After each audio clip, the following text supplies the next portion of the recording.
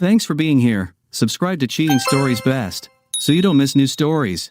The pervert had his own plans for his wife, but what did the husband and his family do? Today's story with a similar plot. Enjoy it! They say that drinking too much alcohol can kill, but Jason Tyler is sure that the third beer he drank that night saved his life. Jason's wife, Alexis, was away on a business trip, and Jason was drowning alone in bad TV shows and good beer, something he rarely did if Alexis was home. The third can of beer must have filled his bladder because he usually slept through the night without waking, but that night he woke up to empty it. He looked at the clock on the nightstand. It was 2 o'clock in the morning, and one of the neighbor's dogs was barking, probably the Kleins, whose dog was always outside. Jason wondered what the point of keeping a pet was if it was kept locked up all the time. This was probably just one of many reasons for the arguments between Sandy and Mary Klein. Jason was sitting on the edge of the bed, stretching his bad knee, and was just getting up when his ears picked up another strange sound. If his ears weren't deceiving him, his back door was making the creaking noise it makes when it's opened too slowly.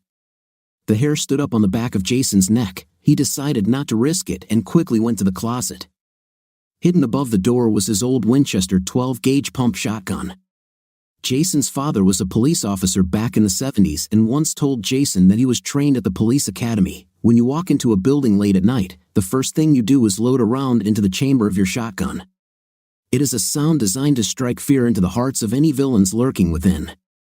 Jason's dad may have been old school, but it seemed like good advice given the current situation.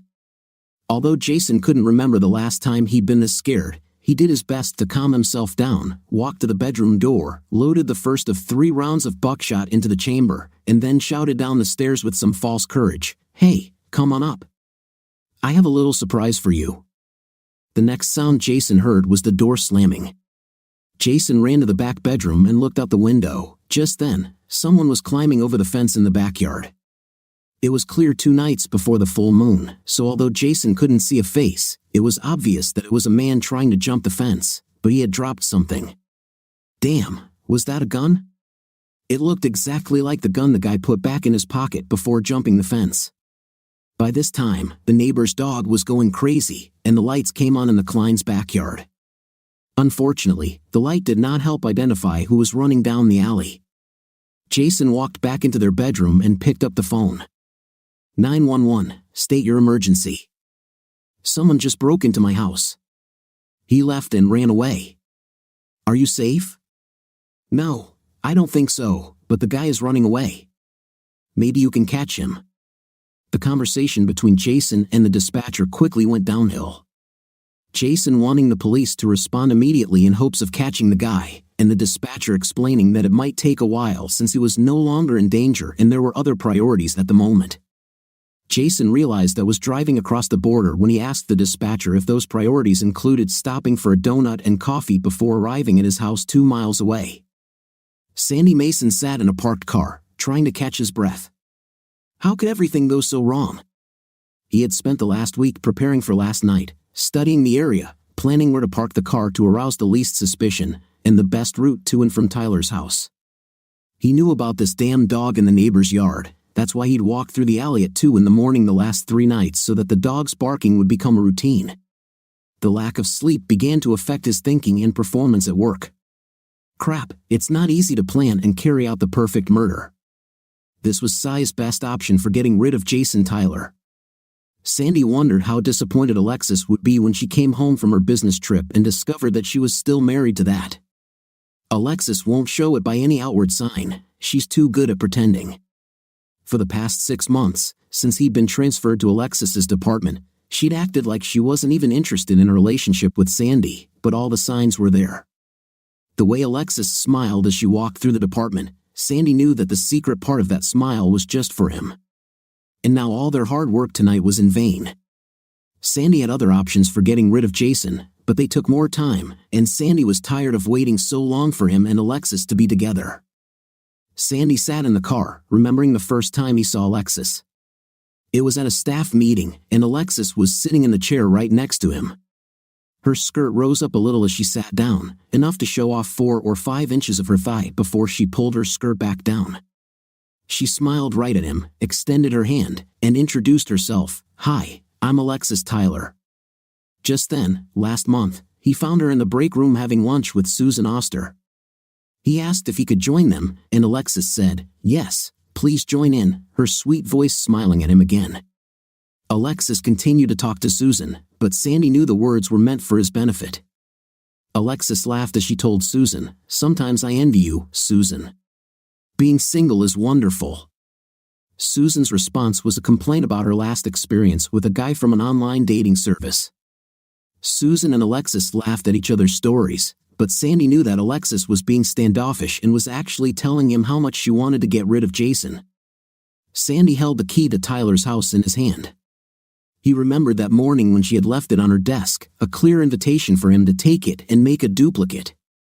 She had been waiting for his report on Gravis audit.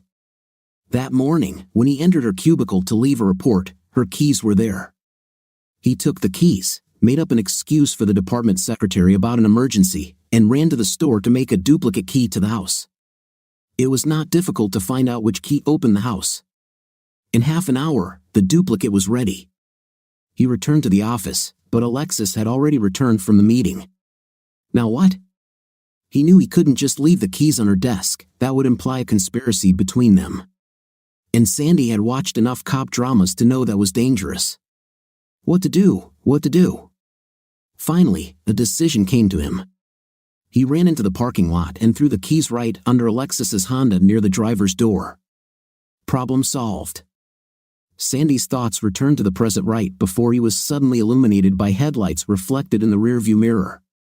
Sandy sat down in the seat as the car drove by. He stood up just in time to see that it was a police cruiser. His heart rate increased, and it took another 10 minutes before he calmed down, started the car, and drove to his apartment. An hour after the 911 call, 2 officers arrived at Tyler's home to investigate the scene and take a report. Officers Jones and Shepard were polite but cold, with little if any empathy for Jason's situation. While searching the area with flashlights, the only noticeable fact was that the back door had not been forced open. Jason was sure he'd checked all the doors before going to bed, but it was obvious the police were skeptical. They finished their report and headed to the front door. As Jason closed the door, he heard Officer Jones say, "Well, Peter, I could use a donut and a cup of coffee. It's been almost an hour since my last one." Officer Shepard laughed loudly, loud enough to possibly wake up any neighbors still sleeping. Jason was too excited to go back to sleep, so he made a pot of coffee and spent the next 3 hours doing paperwork. At 7 o'clock in the morning, he called his wife to wish her a good morning. He decided not to scare Alexis with the story of the break-in. He would tell her when she got home in the evening. Her flight was supposed to land at 6 o'clock, and she was on her way to the airport. When 8 o'clock in the morning arrived, he called his boss to tell him that he couldn't come to work that day and why. He called a locksmith to change the locks and install a pair of door alarms. He and Alexis would have to decide whether they should install a security system for their home. The mechanic arrived and finished the job before 1 p.m., and with nothing else to do, Jason headed to the office for the rest of the day. Kevin Smith, Jason's boss, had already told the rest of the office about the break-in at Tyler's house, so the first hour was spent talking with coworkers wanting to discuss what had happened. Finally, Jason managed to calm everyone down and work for several hours. Alexis stood looking at the door. Her key didn't fit. This day was getting worse, and she was furious. The whole trip to Portland was unnecessary, caused by the incompetence of that idiot, Sandy Mason. His Graves audit report was filled with so many errors that Donald Graves refuted with documentation. Such incompetence would be reported to the department manager on Friday, 2 days away from her husband and home because Mason could not or did not want to check his calculations. Donald Graves answered each of her questions with documentation of how the Portland office complied with all company financial policies. She felt lucky that Donald didn't take the visit too personally or get upset and that she was able to catch an early flight from Portland. Being the problem solver she is, Alexis walked around to the back door and tried to insert the key into the lock. Nothing again. Panic seized her. Just a couple of weeks ago, she and Jason were watching the Richard Gere and Diane Lane movie Unfaithful on cable television. They were looking forward to it because their 2 favorite actors were in the same movie. An open pass meant that if one of them was in a situation where they could have with the actor or actress in question, they could do it without reproach. They also have free passes to musicians and athletes. Alexis had Keith Urban and James Harden, Jason had Joan Jett and Kerry Walsh Jennings. So, spoiler alert, in the film, Diane Lane has an affair with a young French man, and when Richard Gere finds out about it, he stalks the guy and accidentally kills him. After the movie, Jason told Alexis that if she ever cheated on him with anyone other than her 3 free passes, then he wouldn't fight for her, he'd just change the locks and file for divorce. Now, Alexis was faced with the first part of his threat, although she couldn't imagine why since she had done nothing about it. Alexis took out her phone and called Jason. Luckily, Jason picked up on the second ring, and just as he started to say, "Hey, love," he was interrupted. "Jason, what the hell is going on? My key doesn't fit the locks to the house." Jason was caught off guard and said the first thing that came to his mind, which wasn't the smartest thing he could have said given the situation. "Alexis, I thought you were on a flight at 6:30. What the hell does this have to do with the fact that I can't get into the house? Why were the locks changed? I'll be home in 20 minutes. I'm really sorry. I'll explain when I get there. Just wait, love, hurry up because I have to go to the bathroom, and my bladder is making me angry." Jason continued to apologize into the phone as he grabbed his keys and ran out the door. Alexis had already hung up. A few traffic violations later, Jason was home in the promised 20 minutes. He ran to the front door and opened it as Alexis was getting out of the car. She gave him her evil look but still kissed him before walking past him into the living room. Jason walked back to her car to grab her suitcase and briefcase. She already had one of Alexis's favorite Alesh poured when she entered the kitchen, seeing her husband with a sheepish smile and a peace proposal. She returned the smile, she hugged her best friend and kissed him. "Okay, now tell me what's going on with the locks." Jason told Alexis about the break-in and everything that had happened since then. Alexis was shocked that she almost lost the love of her life. Tears rolled down her cheeks at the thought of life without this special person. She ended up apologizing to him for being so angry earlier on the phone. The question of whether to install a security system was resolved by Alexis immediately. "Of course, we'll install a security system. Katie is coming home from university next weekend, and there's no way I'm letting her be in danger." When Alexis parked in the underground parking lot on Friday morning, she made sure she followed her new routine before getting out of the car. She placed a set of keys in the side pocket of her bag. Since she lost her keys last month, she has made sure that the keys are safe. It took her over an hour to find the keys, and only after Susan walked with her, retracing her steps from that morning, did she find them. She could have sworn she threw the keys on her desk, but she was late for the morning meeting due to the accident on 3rd Avenue and barely had time to grab Harrison's file before rushing into the meeting. When she returned from that meeting, she looked for them in her coat pockets, under the table in the conference room she had just left, even in the trash can before Susan walked in because she heard Alexis swearing under her breath. Susan helped her find them under the car. Alexis used the button on the door to lock the car. Jason taught her how to do this after reading an article online about scammers pretending to be in parking lots with a device that could intercept the key fob signal to lock and alarm cars. According to the article, the device could then recreate the car's unique signal so scammers could unlock and steal whatever was left inside. Alexis walked through the department and past Sandy Mason's cubicle. He was just looking down the corridor at that moment, and she felt his gaze on her. The small hairs on the back of Alexis's neck stood on end. The guy was simply scaring her. A new employee showed up one morning about 6 months ago, and a staff meeting was about to begin. When she walked into the conference room, there was only one chair left around the table, and the new guy was sitting on the chair next to him, looking at her. She had no choice but to sit next to him. As she sat down, he had the audacity to try and look up her skirt. She straightened her skirt as quickly as possible, but then his gaze only went up to her breasts. Alexis refrained from saying, "Hey, I'm up here." Instead, she put her hand in front of his face and introduced herself with an evil smile. A couple of weeks ago, Sandy actually interrupted Alexis's conversation with Susan in the break room. He was polite enough to ask if he could join their table, and neither Alexis nor Susan were able to tell him to leave. One of them politely said, "Okay." Then, They did their best to ignore him and continue on their way. It took them a minute to realize that this individual was eavesdropping. They were laughing at something Alexis said about one of Jason's bad habits when they looked over to see Sandy smirking at her. Alexis scheduled a meeting with manager Hank Dolan for that afternoon to discuss Sandy Mason's incompetence and possible harassment. As luck would have it, Sandy Mason could be transferred, or better yet, fired. On Friday night, Sandy sat in front of his big screen TV watching videos of Alexis Tyler that he made with his smartphone. Today's technology is simply amazing. In high school, he was caught by a teacher following one of the cheerleaders down the stairs with his bulky camera. If they didn't want him to film under their skirts, why did they wear them so short? The vice principal admonished him for filming in a public place, which was clearly a ploy for the cheerleader to get filmed. None of this made sense to Sandy. He was suspended for 3 days but was expelled when someone discovered his website with other videos and photos he had taken. Once they saw the website, it only took them a few minutes to figure out how he got the video from the girls' locker room. Sandy was arrested at age 15 and was lucky his parents hired a great lawyer who fought hard to keep Sandy from having to register as an offender. Sandy got off with 3 years of probation, and his arrest record was expunged when he turned 19.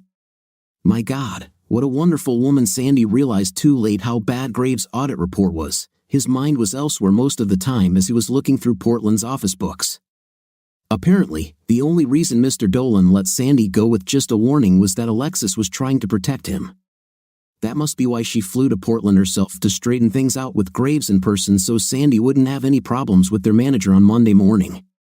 He would pull his head out of his 5th place and focus on work to avoid getting into more trouble. If he lost his job, it would cost him all the hours of his day spent so close to Alexis.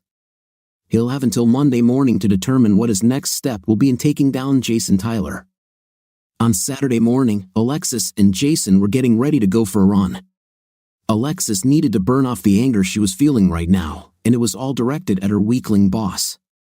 Jason listened politely to Alexis's remarks. I can't believe Hank let that creep get away with just a warning.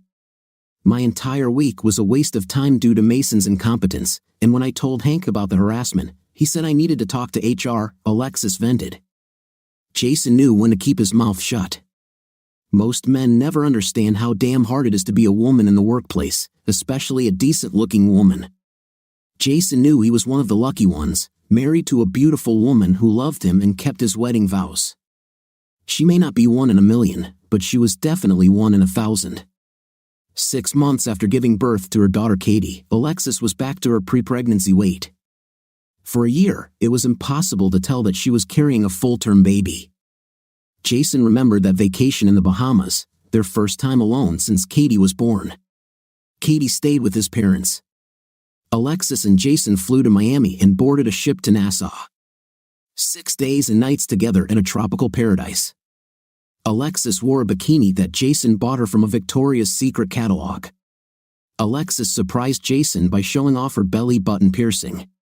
She did it in a day about leaving for Miami, and he didn't notice it until she walked onto the deck of the boat in a revealing 2-piece suit. This holiday also marked the first time he saw Alexis sunbathing topless, first on a ship, later with a group of Germans on a remote European-style beach. Since then, Alexis has continued to sunbathe topless on other beaches where it is allowed or in her own backyard and even once by a pool in Vegas. By the time Jason had finished his warm-up and was ready to go for a run, Alexis was starting to calm down. They went to the park. The park was a half-mile away and had a nice running trail to the pond at the north end of the park. There was a hill with a carved staircase, 290 steps up to the top of the hill. On good days, they could run all the way there and back without stopping. Jason and Alexis were on their way back and decided to walk the last mile. The stress of the past week had taken a toll on their energy. Jason watched the guy sitting on one of the park benches. The guy was holding the smartphone to his ear, but the angle was strange, and then it dawned on Jason. Jason had seen men do the same thing on more than one occasion at topless beaches, often with some pervert pretending to be talking on a cell phone when he was really just filming topless ladies. Twice in the past, Jason had approached such perverts and put them in their place with a caustic remark, causing them to blush with shame. Jason watched the guy on the bench, wondering why he would take them off with Alexis since Alexis's running outfit wasn't particularly. Alexis was excited about Katie's upcoming visit and discussing their plans for the next 3 weeks, so she paid no attention to her surroundings. Jason interrupted her after they passed the man and asked her, "Did you notice that guy with the cell phone we just passed? I think he was using his smartphone to film us." Alexis turned around and quickly turned her head back, exclaiming, "Oh my God, it's Sandy Mason. What the hell is this? The guy you reported for harassment. What is he filming us with? I told you there was something wrong with him. Should I go back and confront him?" Jason replied, "So what if he's sitting in a public park? We can't prove he was filming us unless you grab his phone before he runs away or deletes the image. I'll just add that to my report to HR on Monday morning. Alexis, I want you to start being more careful and keep your eyes open. I don't trust this guy. Start carrying that can of pepper spray I bought you. Don't argue with me now, just do it." As much as Alexis hated the idea of carrying around that damn can of pepper spray, she knew Jason was right. Now she felt even more scared than yesterday. Jason didn't tell Alexis, but he realized that he had seen the guy on the park bench at least once before. Jason knew the police couldn't do anything to the guy sitting on the public bench, even if he was using his phone to take pictures. But Jason had other resources. As soon as he got home, he called the agency his brokerage firm used for investigations. He left a message for the owner to call him as soon as he received the message. But first, on Monday morning, Alexis met with Clyde Walker from HR to tell him about her concerns, including seeing Sandy Mason in the park on Saturday and their suspicion that Sandy was using his phone to take pictures. As expected, Clyde said that this could not be used against Sandy. But Clyde would meet with Sandy on Tuesday and give him a general warning about unwanted attention towards female employees that could be considered harassment. "Are you going to tell him that I complained?" asked Alexis. "No, Alexis. I will keep this a secret. We have the right to do this if given a warning. If things escalate, we may have to show him the signed complaint. If he hires a lawyer, the lawyer will insist on seeing the complaint. Hopefully, the warning will be enough to correct his behavior. I will personally look into this matter," assured Clyde. Alexis left the meeting hoping to see a change in Sandy's behavior and avoid further conflict. Alexis was raised by her saintly mother to try to see the best in people.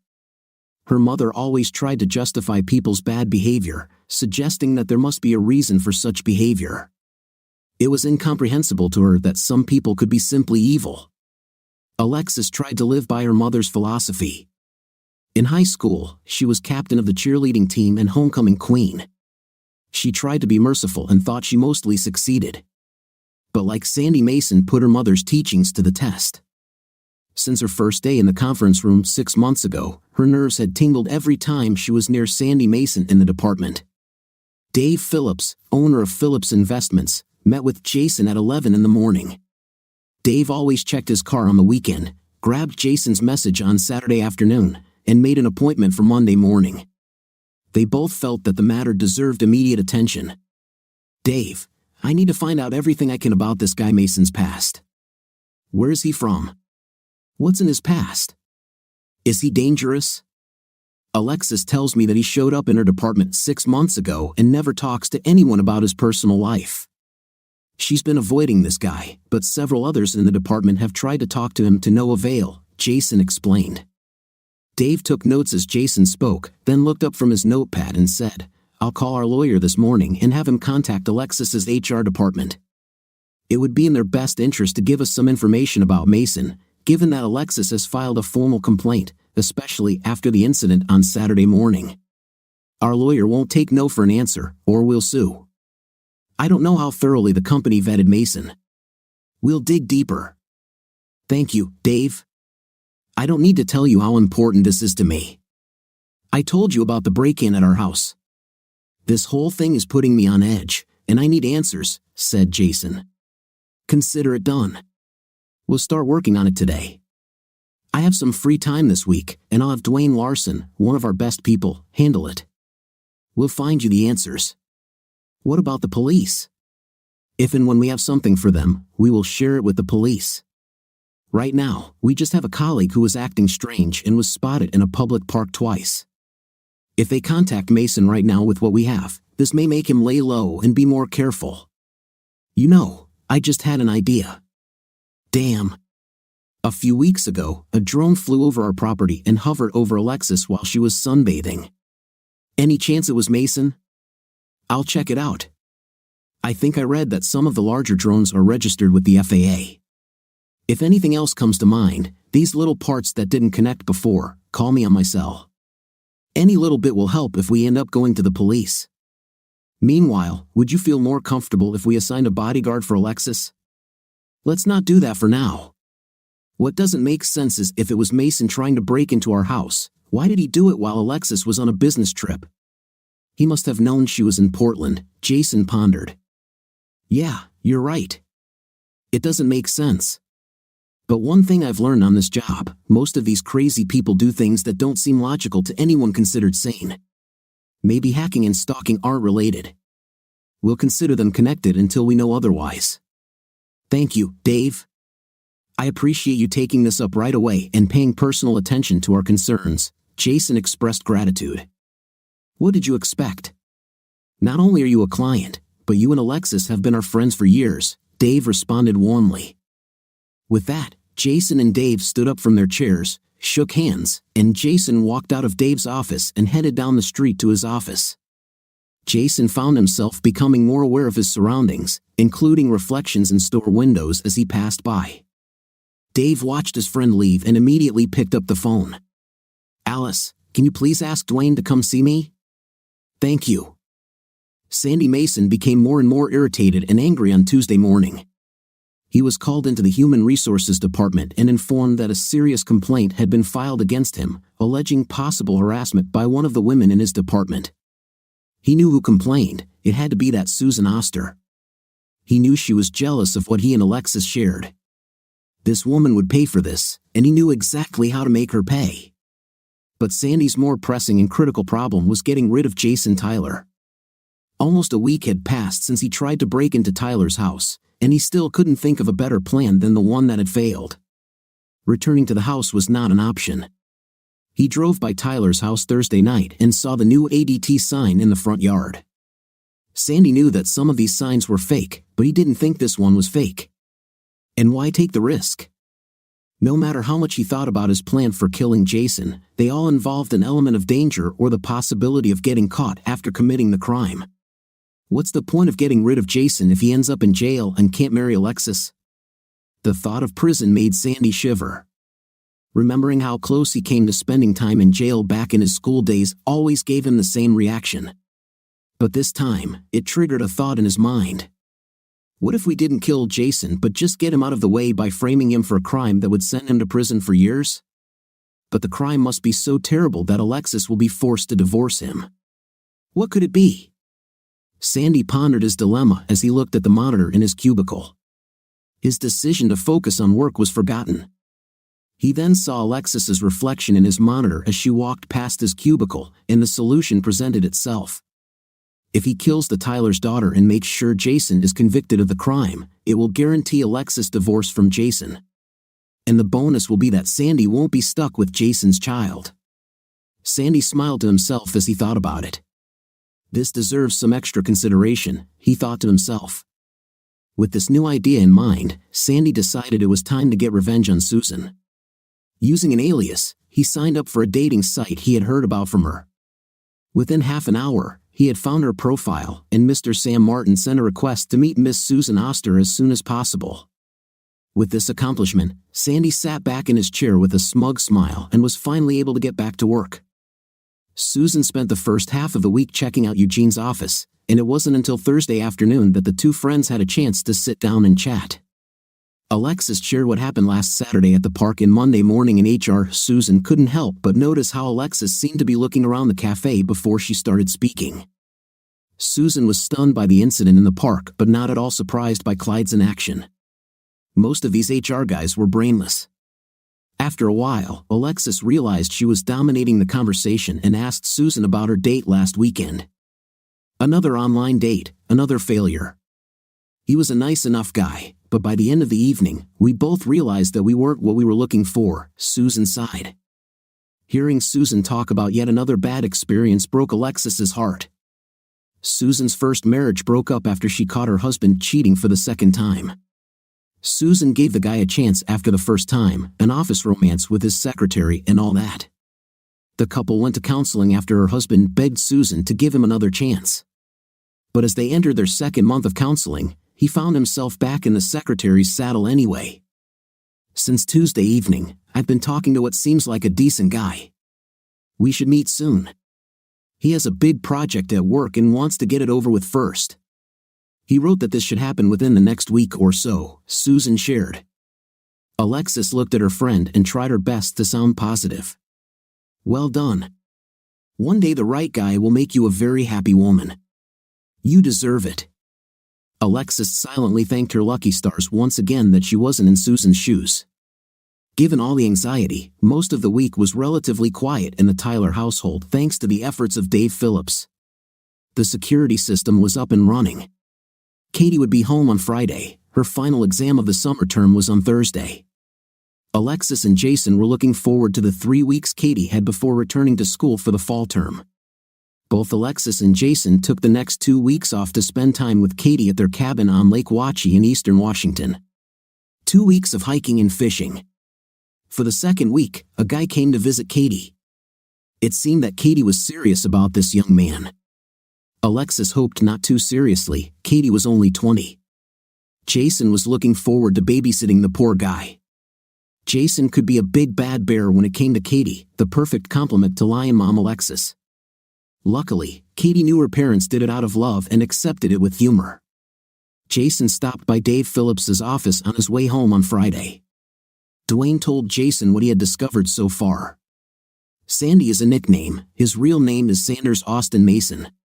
He is 28 years old and was born in Vancouver, Washington. His previous employer was Exxon in Houston. We've been trying to get some information about why he left Exxon, but it's more complicated than breaking into the Pentagon. We have learned that as an adult, he has not been arrested or convicted in Texas or any other state. This is where things get dicey. We're pretty sure Mason has some information about the minors. He was enrolled in a public high school in Vancouver for his freshman and sophomore years, but his school's yearbook does not list him as a student the following year. We checked local private schools and again found no record of him attending. His parents were still living in the same house at the time, but he was not enrolled in any local schools. Using the yearbook and the local telephone directory, we found a couple of former classmates.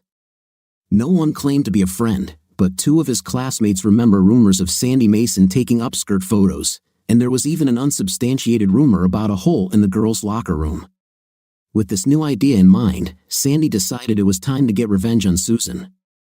Using an alias, he signed up for a dating site he had heard about from her. Within half an hour, he had found her profile and Mr. Sam Martin sent a request to meet Miss Susan Oster as soon as possible. With this accomplishment, Sandy sat back in his chair with a smug smile and was finally able to get back to work. Susan spent the first half of the week checking out Eugene's office, and it wasn't until Thursday afternoon that the 2 friends had a chance to sit down and do their own thing. Alexis shared what happened last Saturday at the park and Monday morning in HR. Susan couldn't help but notice how Alexis seemed to be looking around the cafe before she started speaking. Susan was stunned by the incident in the park but not at all surprised by Clyde's inaction. Most of these HR guys were brainless. After a while, Alexis realized she was dominating the conversation and asked Susan about her date last weekend. Another online date, another failure. He was a nice enough guy, but by the end of the evening, we both realized that we weren't what we were looking for here. Hearing Susan talk about yet another bad experience broke Alexis's heart. Susan's first marriage broke up after she caught her husband cheating for the second time. Susan gave the guy a chance after the first-time office romance with his secretary and all that. The couple went to counseling after her husband begged Susan to give him another chance. But as they entered their second month of counseling, he found himself back in the secretary's saddle anyway. Since Tuesday evening, I've been talking to what seems like a decent guy. We should meet soon. He has a big project at work and wants to get it over with first. He wrote that this should happen within the next week or so.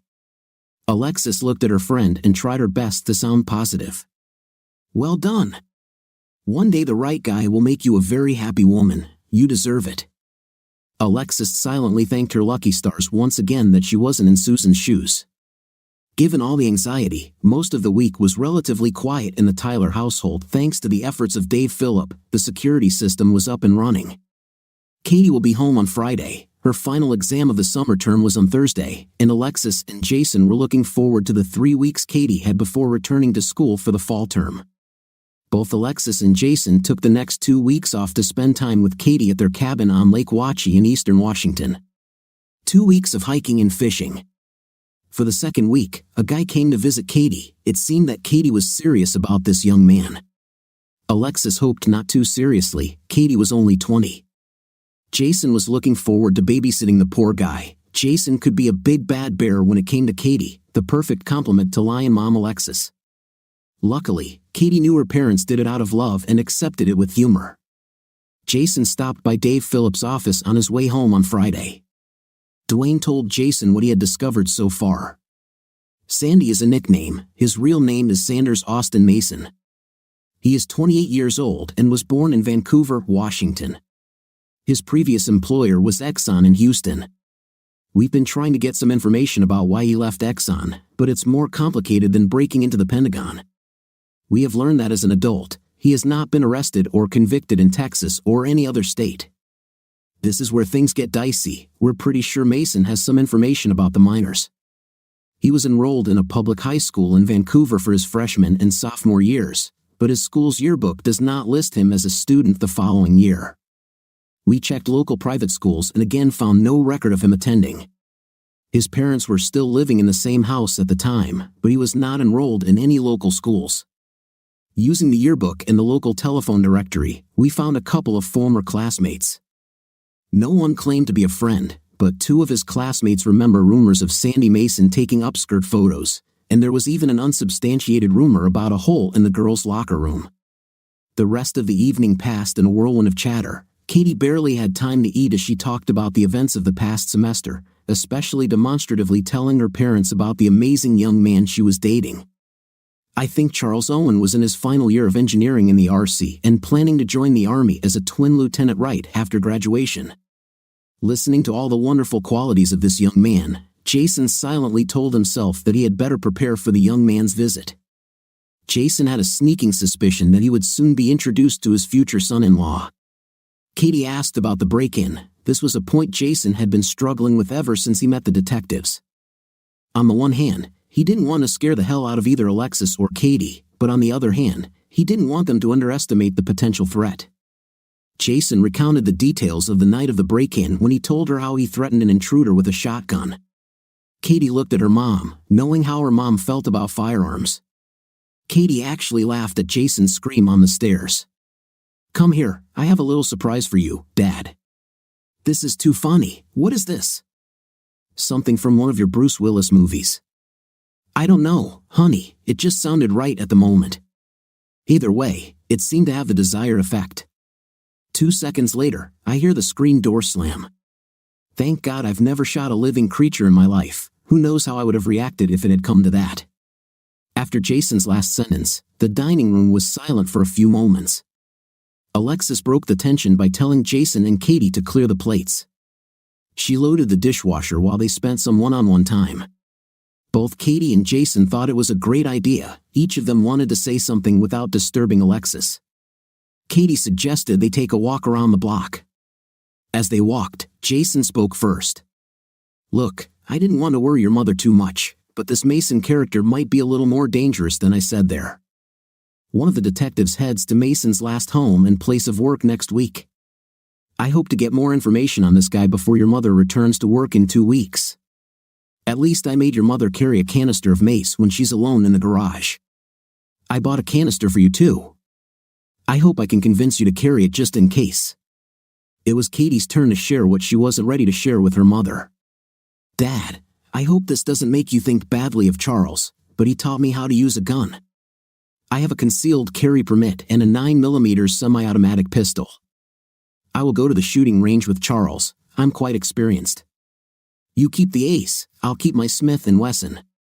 Jason was shocked for a minute but recovered quickly enough to ask, "So where's he now?" "I can't imagine what your mother would say if she knew there was a gun in the house or cabin." Katie replied, "I have it in my bedroom with a trigger lock to keep it safe when it's out of my sight. The key is in my pocket." "Well, I hate hiding anything from your mom, but give me some time to figure out how we're going to convince her to allow this in the house. Let's keep it to ourselves for now." The more Sandy contemplated killing Katie Tyler, the more reasons he found not to go through with it. First, the case against Jason must be very strong, which is quite a difficult task. Secondly, if Tyler had lived, not only would he and Alexis not have received Jason's life insurance, but Jason could have spent thousands on lawyers for the trial. All of Tyler's assets would disappear. Sandy hoped that these assets and insurance would help them start a new life. Sandy did not really like to work, and having enough money could lead to an idle life. No, killing Katie and framing Jason won't work. Let's go back to plan A, kill Jason. It would be more simple. One night, approach Jason on the street, pretend it's a robbery gone wrong, and kill him. There was nothing to connect Sandy to Jason, so why did the police suspect him? Sandy was half the smart guy. Just to make sure the police were treating the murder as a robbery, he went out Saturday night and spray-painted 2 buildings with gang graffiti. He was pleased with himself as he watched the local news on Sunday. A reporter was standing in front of one of the buildings. She uttered the typical hysteria, "What does the increase in activity of this gang mean for the safety of the citizens of our community?" Thank God for slow news. The following week, on Tuesday evening, Susan Austin came out of the living room feeling a little tipsy. Susan didn't believe she was too drunk to drive home. It had been a long day, and the evening had been a bad one. Sam Martin, her boyfriend from an online dating site, was supposed to meet her in the living room during their first meeting but did not show up. Susan was too upset to eat, and 2 Cosmos hit her in the head. Susan opened the car and was confused when a sweet-smelling rag covered her face. As she fell to the ground, 2 arms supported her and threw her into the back seat before she lost consciousness. When Susan woke up, the first thing she saw was Sandy Mason looking at her from between the 2 front seats of her car. She tried to move, but her arms and legs were tied. The shoulder strap also prohibited movement. Susan's eyes adjusted to the darkness until they focused on the gun in Mason's hand, pointed at her. "Sandy, what are you doing?" "Let me go." Susan's voice was tense, but the gravity of her situation was just beginning to hit her as her mind emerged from the fog. "Susan, first tell me why you complained about me at work." "What are you talking about?" "I never complained about you." "Why do you say that?" "Don't lie to me. I know it was you who told HR that I was stalking you." "Why should I do this?" "You never bothered me."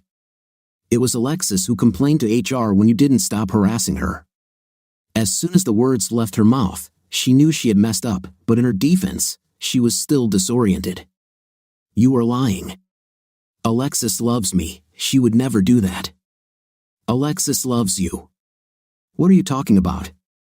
"What I'm saying is that as soon as Jason is out of the picture, Alexis and I will get married." Susan was stunned by the words that came out of Mason's mouth. How could this idiot be so delusional? "Listen, Sandy, just let me go. I didn't report you to HR, and I promise that I will never say a word about it to anyone. Just please let me go." Sandy Mason was confused. He needed time to think. He opened the car door and walked into the parking lot at the trailhead. At 1 o'clock in the morning, their car was the only one in the parking lot. They were miles from the nearest person, and there was no need to shut Susan up. As he walked around the trailhead parking lot trying to collect his thoughts, 10 minutes later he returned, Susan looking at him before the light in the dome went out, returning them to darkness. "Okay, I'll let you go, but you must answer my questions, and remember your promise not to tell anyone about tonight. Agree?" Susan could only nod her head in agreement. She answered the questions, somehow thinking that maybe Sandy would let her live if she did. She was scared and clutching at straws.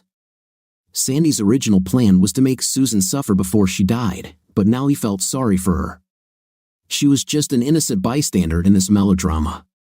Of course, she would still have to die, but instead of torturing her, he would put her back to sleep first. Having received the necessary information, Sandy got out of the car, opened a bottle of chloroform, and poured some onto a rag. For a moment, Susan thought she had gotten her wish, but when Sandy opened the back door, Susan recognized the smell. No, no, please no, she pleaded. Sorry, Susan. Well, it's time to pay back that Alexis and her family for treating him. Sandy couldn't wait to see the look in Alexis's eyes as her world crumbled right in front of her. A madman's smile crossed his lips as he drove Susan's car home. To Google Earth for the address she had given him in his last moments of hope, Shed in the Woods. How much better could it be? This put the whole gang-style murder plan on the back burner due to an important court appearance. Dwayne Olson didn't arrive in Houston until Tuesday.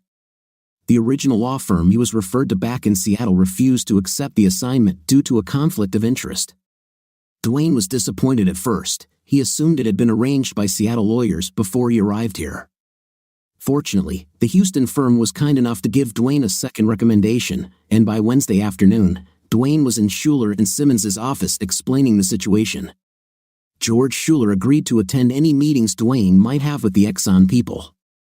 Feeling better, Dwayne contacted Exxon and set up a meeting with the Vice President of Employee Relations on Thursday morning. Dwayne confirmed that George Schuler was available and used the time before the meeting to research on the computer at the local library. Thursday morning found Dwayne and George at Howard Grimley's office in Exxon. Grimley greeted the two men warmly, asked if they would like coffee, tea, or a soft drink, and then asked them to have a seat. Given the topic, Dwayne was surprised when Grimley didn't close the office door. Deputy Grimley was sitting right outside the door and could hear everything that was said. Mr. Olson, Mr. Schuler, immediately after your phone call requesting a meeting, I pulled up Sanders Mason's personnel file and met with our in-house attorney. Unfortunately, I have been prohibited from allowing you to view the file or discuss the contents of the file unless we receive a subpoena. Both Dwayne and George looked at each other, silently wondering why Grimley hadn't saved them time by explaining it over the phone. Grimley continued, however, let me assure you that Exxon will fully cooperate with any subpoena. We will not attempt to block the subpoena in any way. Mr. Larson, I don't know the full extent of your investigation, but I'm not surprised to hear that someone is interested in looking into Mr. Mason's background. I can't say more. I'm very sorry. Dwayne couldn't help but read Grimley's body language. It was obvious that Grimley was handling the file almost like a trainer would dangle a fish in front of an aquarium seal. At least that's the impression he got. Dwayne decided that the meeting was over, stood up from his chair, both men shook Grimley's hand, and walked out the door with the intention of receiving a subpoena. Dwayne knew it would take at least another day and cost thousands. Even then, there was no guarantee of success. Dwayne hoped that George knew a friendly judge. As he passed the assistant's desk, she stood up and offered to walk them to the front door of the building. The elevator ride was quiet, but just before Dwayne exited through the revolving door, the assistant shook Dwayne's hand and said, "Let's have lunch, Mr. Olson." "Just the two of us?" Dwayne felt the piece of paper in his hand and simply nodded, while George called a taxi. Dwayne took the opportunity to look at the sheet. There was a phone number there. 2 hours later, Dwayne sat at a quiet table across from Grimley's assistant, Elaine Stewart. "I know your lawyer is working on getting a subpoena, but there is something you need to know about Sandy Mason that isn't on file. Aren't you afraid of getting into trouble with your boss by meeting me?"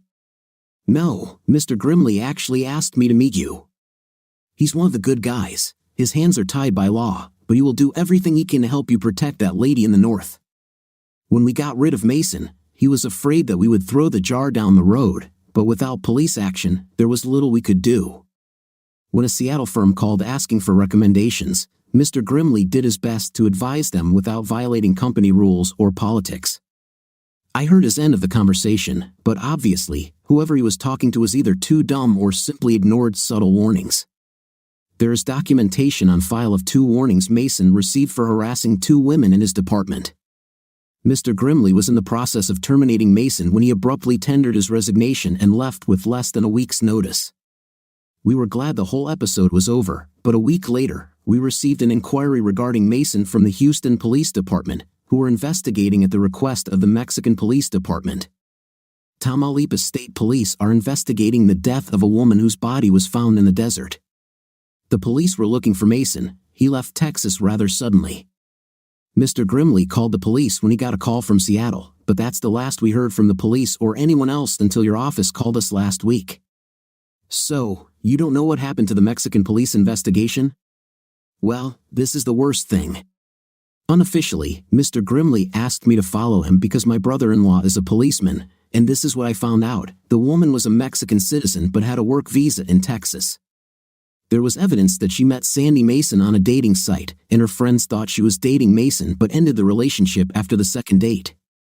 I don't understand why she was found in Mexico. She avoided crossing the border except to visit her family on Sundays and always returned to the U.S. before dark. Mexican police wanted to talk to Mason because their records showed that Mason had entered the country a few days before the body was discovered by a farmer. There was no record of her entering the country.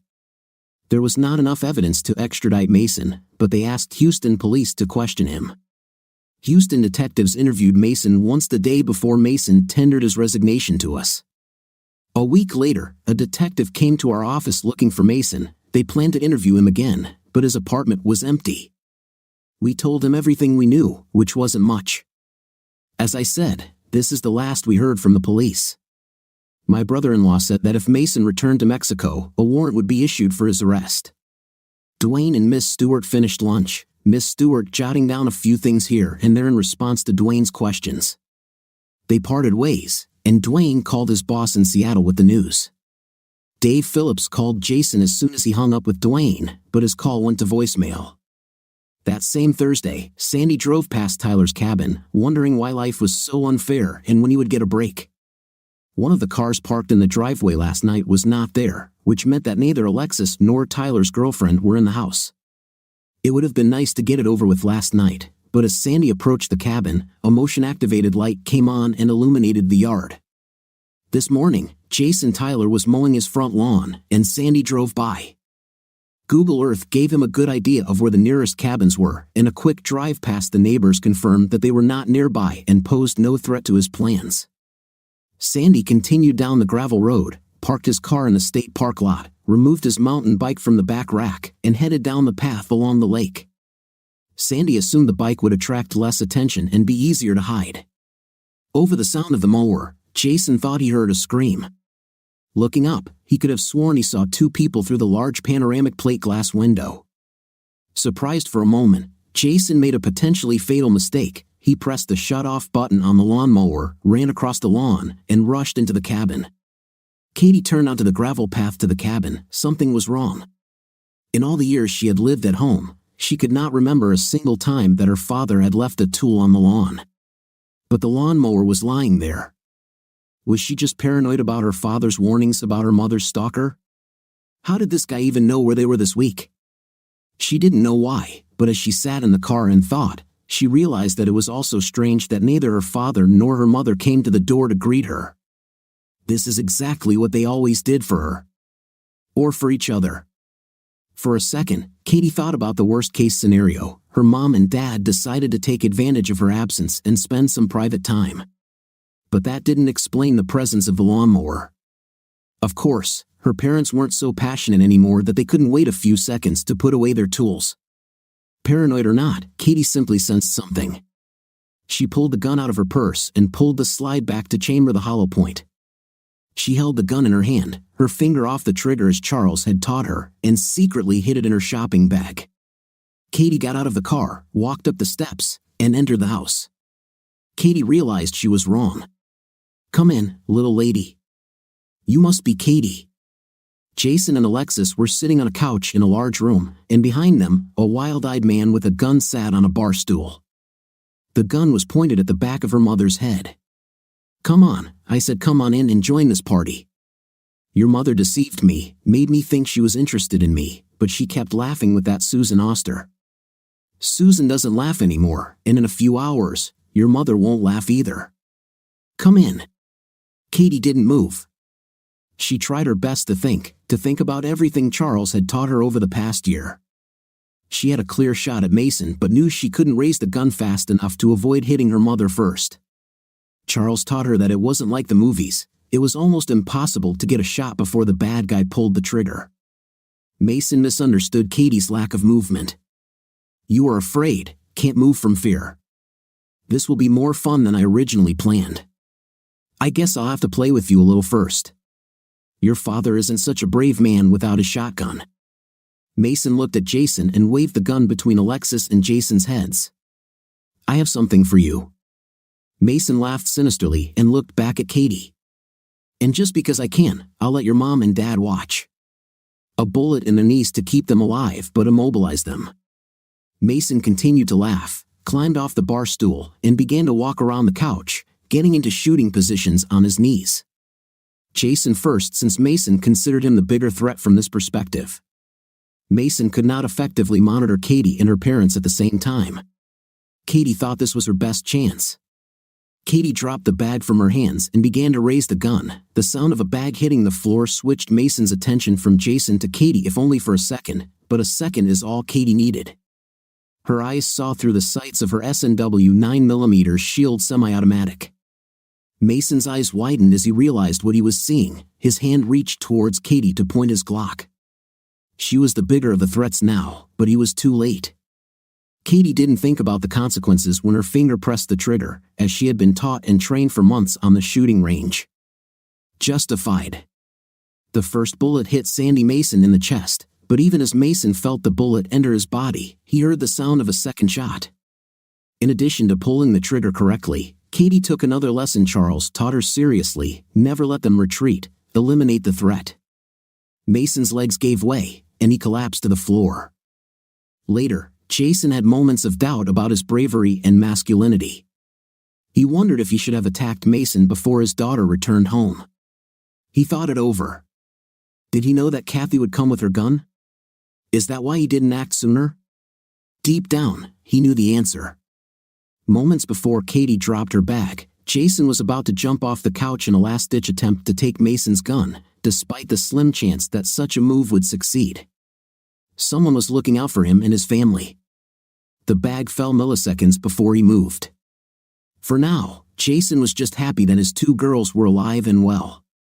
He grabbed Alexis and held her tightly to his chest, then reached for Katie to join them. Katie had the presence of mind to pull the round from the chamber of her gun before joining her. Alexis saw what she was doing, and suddenly it dawned on her what Katie had done. The shock began to wear off. Where did this gun come from? Jason and Katie looked at each other shyly before Jason replied, "Later, honey. Just be glad our little girl knows how to use it. I look forward to meeting Charles to thank him for his part in saving my family." State troopers and county sheriffs started showing up within half an hour of Tyler's 911 call. It was pretty cut and dry about what happened and how Katie fired in self-defense. Mason's car was found another half hour later, and its contents answered many questions about both the Tyler case and two unsolved murders in Florida and Mexico. It would be 2 more days before Susan's body was found. Mason had motives for all 3 of his murders. Additionally, videos and photographs of hundreds of unsuspecting women were found on flash drives locked in a suitcase. The dates in the images cover the last 12 years. In the trunk was a stolen Ontario license plate, Canadian maps, and a guide to the Caribbean and Venezuela. Sandy Mason apparently planned to escape through Canada and end up hiding somewhere where he wouldn't be caught. For days later, Jason sat on the back porch, drinking beer and watching the moon over the lake. The moon was at first quarter, and the sky was dark enough for him to see 1,000,000 stars. As Jason sat and looked up, a shooting star flew past the Milky Way. Jason remembered a saying from his youth: "Make a wish on a falling star." "No thank you, I already got my wish," he said, offering a small prayer of thanks as he looked back into the cabin. At the table, illuminated only by candlelight, sat his wife, daughter, and Charles. Charles arrived earlier that day. Jason was not at all surprised that he and Alexis immediately liked the young man. He was smart, respectful, and clearly in love with Katie. Jason's rude Papa Bear turned into a teddy bear before dinner was over. Alexis was amused by Jason's behavior, so different from how Jason had approached Katie's previous dates. Jason even agreed when Charles offered to take him to the local gun range to teach him how to use a gun properly. Alexis refused when he offered her the same training. She now agreed to allow the gun to be carried in her home but was not prepared to fire it. Time will tell if she changes her mind, but for now, it was a small victory when she agreed that if guns were outlawed, only criminals would have guns. As Jason sat on the back porch, finishing his beer and feeling blessed, the screen door opened, and Alexis came out with a couple more bottles in her hands. She handed one to Jason before sitting down next to him. Jason took a sip from the bottle. "This is my 4th beer tonight. I'll get up at least once tonight to get rid of it." "Well, when you get back to bed, don't be afraid to wake me up." "When was the last time we were up at midnight?" Jason smirked, but before he could respond, the door opened. Charles and Katie got out and headed towards the lake. "We're going out on the boat and maybe going for a swim," Jason and Alexis responded simultaneously. "Be careful." Alexis laughed and looked into her husband's eyes. "I like him. I can tell you do too. It's good that he's here. He'll help Katie take her mind off what happened last week. Sandy Mason deserved to die. I wish it wasn't our daughter who did it. She had a couple of sleepless nights last weekend. We were just in the kitchen, and Katie was sharing some of her feelings." Charles held her hands. He let her cry one more time. "This young man is more mature than his years. How did we get so lucky?" Jason thought about Susan all the time and how sad it is she was such a sweet woman and her life was so tragic. He cried when he thought about how her life ended. Jason knew there was no answer, so he put his arm around Alexis and just held his wife. Subscribe to our channel so that your second half doesn't cheat on you, and go ahead and listen to the next story because this story is nothing compared to the next one. If you're under 18, don't even think about listening to the next one. What do you think of our story today? As for me, the story is not unambiguous and not usual, because I have not heard or seen such a story. It was very exciting and interesting with unusual plot twists. What is your impression of the story? Write in the comments. Until new videos.